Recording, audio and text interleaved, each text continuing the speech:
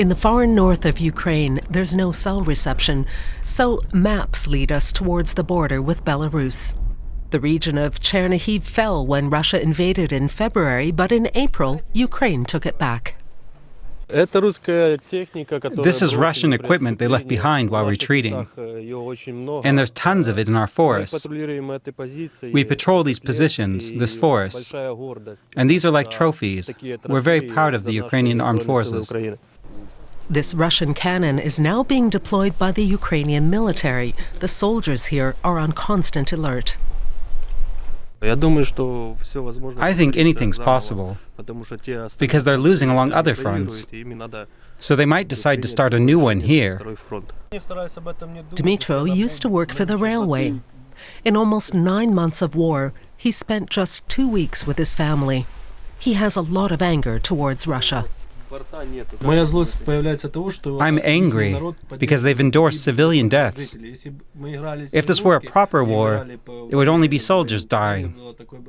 But when a nation celebrates the deaths of children during air raids, disabled children even, that makes me angry. Maxim from Chernihiv has also been deployed here. He's just 20 years old. I'm in great physical condition. I'm a quick learner. We're not split up into age groups here. We all have one task. My comrades are between 18 and 60 years old. We're all equal. This Ukrainian village along the border is afraid of fresh attacks. The Russian military is said to be just 30 kilometers away, but hardly anyone wants to leave. How can I leave? I was born here. I raised my own and other people's children here. Where am I supposed to go? Pensioner Valentina has also spent her entire life in this village. She recalls the fearful moments of the attacks early this year. We were attacked in February. There was a whole convoy of vehicles along our street here. We were so scared we couldn't sleep, night or day. And then at 10 at night, they started launching these bright missiles. Valentina's children are in the regional capital of Chernihiv, but she's not thinking about joining them. This is our home. We were born here. We're not going anywhere.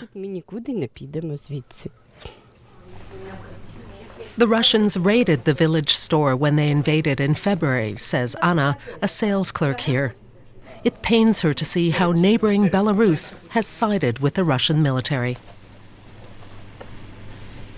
We used to be friends with Belarus, but now I have a bad impression of them.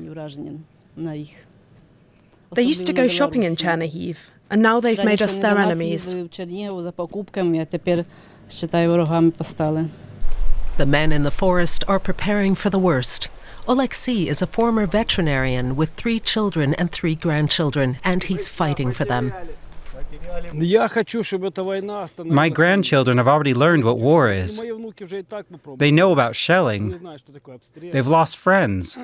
My son is also in the military. I'm in the military. My son-in-law is. There's a lot to lose, and you only live once. But if someone's hit, it should be me and not my children or grandchildren. The situation remains tense. Russia is conducting air raids on Ukraine from Belarus and likely receiving Belarusian tanks. An attack could come at any moment.